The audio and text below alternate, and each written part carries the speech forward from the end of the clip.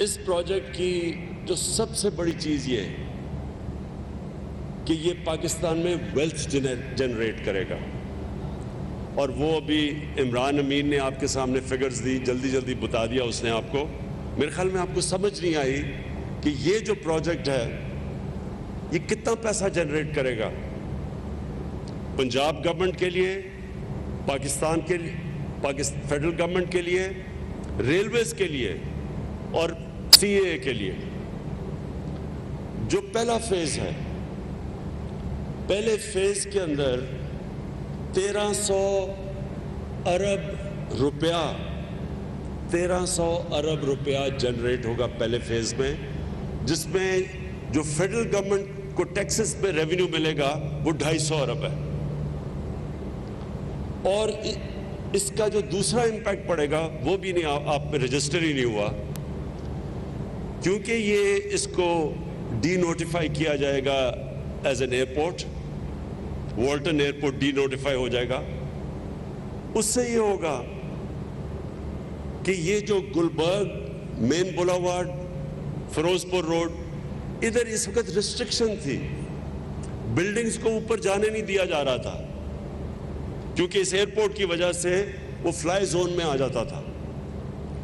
تو جب یہ ایئرپورٹ ڈی نوٹیفائی ہوگا تو یہ سارے علاقوں میں، اور یہ سینٹرز ہیں ہمارے، یہ کمرشل سینٹرز ہیں، مین بولاوارڈ،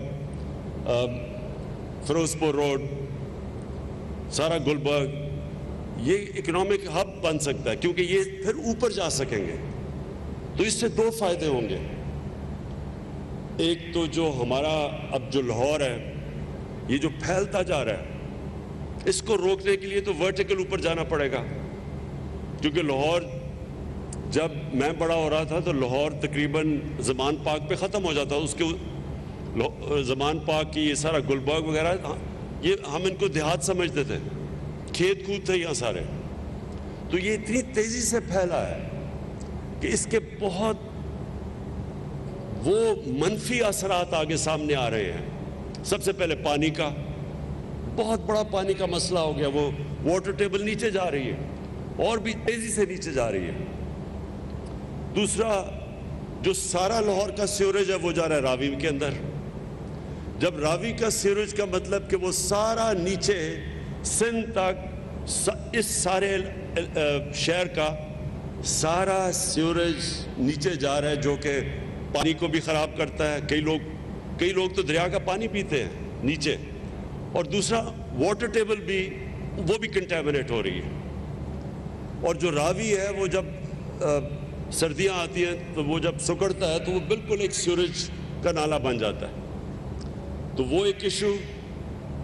اور جتنا آپ کا شہر پھیلتا جاتا ہے اس کو آپ فیسلٹیز ہی نہیں دے سکتے، نہ آپ ان کو سیوریج سسٹم دے سکتے ہیں، نہ پانی دے سکتے ہیں، اور جو بھی آپ امیونٹیز دیتے ہیں ان کا خرچہ بڑھتا جاتا ہے۔ اس لیے دنیا میں ماڈرن سٹیز اوپر جاتی ہیں۔ اور پھر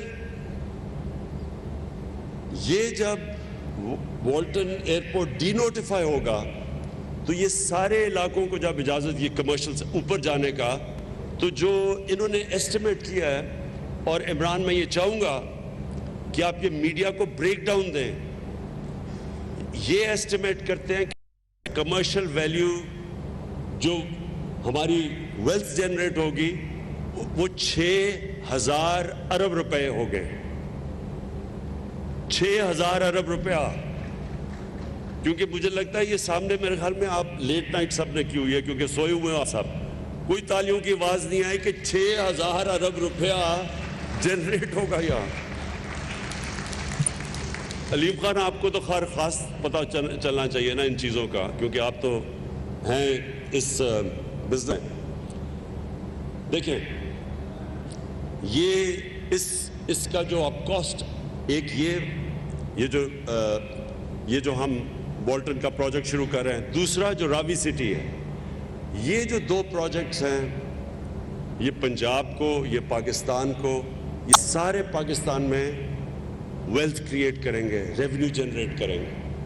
اور ویسے بھی یہ جو ایئرپورٹ کبھی شہر کے بیچ میں نہیں ہوتا، یہ بڑا 3-4 کریش ہوئے ہیں پچھلے چند سالوں کے اندر، جب ایئرپورٹ اور فلائنگ کلب شہر کے اندر نہیں ہوتا، ان کے لیے ہم نے ایک اور جگہ دے دی ہے اور اس کی بھی اس پہ انشاءاللہ بھی کنسٹرکشن شروع ہو جائے گی تاکہ یہ آلٹرنیٹ شہر سے باہر چلا جائے.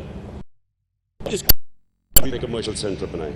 ایک اور میں نے دیکھ رہا تھا کہ ہمارے کئی لوگ کہہ رہے جی کہ یہاں درخت کٹ جائیں گے اور پتہ نہیں اور کے اندر ہم اور کانکریٹ کیا پتہ نہیں کیا لگا دیں گے. کیونکہ میں وہ ادھر راوی پروجیکٹ میں بھی یہی لوگ کہتے گئے کہ جی یہاں بھی انوائرمنٹ کے لیے نہیں اچھا ہوگا اور یہ بھی. پہلے تو میں سب کو یہ کلیئر کرنا چاہتا ہوں، پاکستان کی تاریخ کا جو سب سے بڑا انوائرمنٹلسٹ ہے وہ میں اپنے آپ کو سمجھتا ہوں. کسی نے آج تک پاکستان کی تاریخ میں سوچا ہی نہیں تھا درخت لگانے کا، کسی نے نہیں سوچا، بلکہ سارے پاکستان کے بڑے بڑے جنگل ختم ہو گئے. ہم بچپن میں یہ چھانگا مانگا، چیچا وطنی، دیپال پور، یہ کندیاں کے جنگل میں، سارے بچپن میں ان جنگلوں میں ہم نے وہاں ریسٹ ہاؤسز ہوتے تھے، گیا ہوا ہوں، بڑے بڑے جنگل تھے، سب ختم ہو گئے، جنگلوں کی زمینوں کے اوپر قبضے ہو گئے. تو پہلی دفعہ پاکستان کی تاریخ میں کسی نے سوچا تھا درخت لگانے کا، وہ ہم نے خیبر پختونخوا میں جو 1 ارب درخت لگائے تھے جو انٹرنیشنلی اکنالجڈ ہیں. تو یہ سب سے پہلے مطمئن ہو جاؤ کہ کوئی درخت نہیں کٹ رہا، یہاں کوئی درخت نہیں کٹ رہا. اور اگر کوئی بھی درخت ہمیں ہٹانا پڑا تو ہمارے پاس اب ایکوپمنٹ ہے، اس کو ریلوکیٹ کر دیں گے. لیکن جو اس کے بدلے جو ابھی انہوں نے آپ کو بتایا اربن فارسٹری، جو کہ ہم پورے یہاں درخت اگا رہے ہیں اور جو ساری ماڈرن ٹیکنالوجیز لے کے آ رہے ہیں، جو اب نئی درخت اگانے کی اربن فارسٹری کی ٹیکنالوجیز ہیں، وہ ساری یہاں یوز ہوں گی. جو یہ بلڈنگز بھی بنیں گی، یہ سب جو لیٹسٹ آج جو عمران امین نے جلدی میں اپنی پریزنٹیشن میں کہا، جو اب دنیا کے اندر جو نئی بلڈنگز بن رہی ہیں ساری، ان سب میں سسٹینیبل جو ان کی انرجی کنزرویشن، یہ سب نئی چیزیں جو آ گئی ہیں، انشاءاللہ وہ ادھر بھی کریں گے اور راوی سٹی میں بھی کریں گے، جو دونوں ہمارے بڑے پروجیکٹس ہیں. اور اس کا پھر ایک اور بہت بڑا جو فائدہ جو ہمارا دوسرا مسئلہ ہے کرنٹ اکاؤنٹ کا، کہ جیسی ہماری اکانومی اوپر اٹھنے لگتی ہے، ہمارے پاس فورن ریزروز جو ہمارے ہیں وہ کم ہونے شروع ہو جاتے ہیں، روپے پہ پریشر پڑ جاتا ہے کیونکہ امپورٹس بڑھ جاتی ہیں. اور جب امپورٹس بڑھتی ہیں تو پھر کرنٹ اکاؤنٹ یعنی ہمارے جو ڈالرز ملک میں جو آ رہے ہوتے ہیں وہ کم ہوتے ہیں اور ملک سے باہر زیادہ ڈالرز جا رہے ہوتے ہیں. ہم نے ابھی تک پچھلے 5-6 مہینے میں بڑی دیر کے بعد پاکستان کا جو کرنٹ اکاؤنٹ ہے وہ سرپلس میں رہا ہے. سوائے پچھلے 6 مہینے ہمارا کرنٹ اکاؤنٹ سرپلس میں رہا ہے. تو جب ہمیں سب سے بڑا ڈیفیسٹ ملا تھا جب ہماری گورنمنٹ آئی تھی $20 ارب کے، تو یہ جو پروجیکٹ ہے اس کی وجہ سے ڈالرز آئیں گے پاکستان میں. میں بار بار لوگوں کو کہتا ہوں کہ ہمارا جو سب سے بڑا اثاثہ ہے وہ ہمارے اوورسیز پاکستانی ہیں. اور اوورسیز پاکستانی اب جب بھی کوئی ہاؤسنگ سوسائٹیز بنتی ہیں، علیم خان کو پتا ہوگا اس میں بہت بڑی انویسٹمنٹ اوورسیز پاکستانی کرتے ہیں. کیونکہ وہ بدقسمتی سے ہم نے ابھی تک وہ سسٹم نہیں بنایا کہ وہ ہمارے لیے انڈسٹری میں اور چیزوں میں انویسٹ کریں، وہ کرتے ہیں پراپرٹی میں صرف. تو یہ جو بڑا میگا پروجیکٹ ہے یہ راوی سٹی کا اور یہ جو والٹن کا ہمارا پروجیکٹ ہے، اس کے اندر بہت زیادہ انٹرسٹ اوورسیز پاکستانی کا ہے. اور اس کا مطلب کہ باہر سے ہمارے پاس پیسہ آئے گا اور جیسے جیسے ہمارا ملک اب اوپر جا رہا ہے، ہماری ٹیکسٹائل ایکسپورٹس بڑھتی جا رہی ہیں، ہماری اس وقت نئی فیکٹریاں بن رہی ہیں، تو جو مشین امپورٹ کرتے ہیں اس سے پریشر پڑ رہا ہے ہمارے فورن ایکسچینج ریزرو سے. اس لیے بھی یہ پروجیکٹ بڑا امپورٹنٹ ہے کیونکہ اس کی وجہ سے ڈالرز آئیں گے اور ہمارا پھر جو ہمارے روپے پہ پریشر انشاءاللہ نہیں پڑے گا.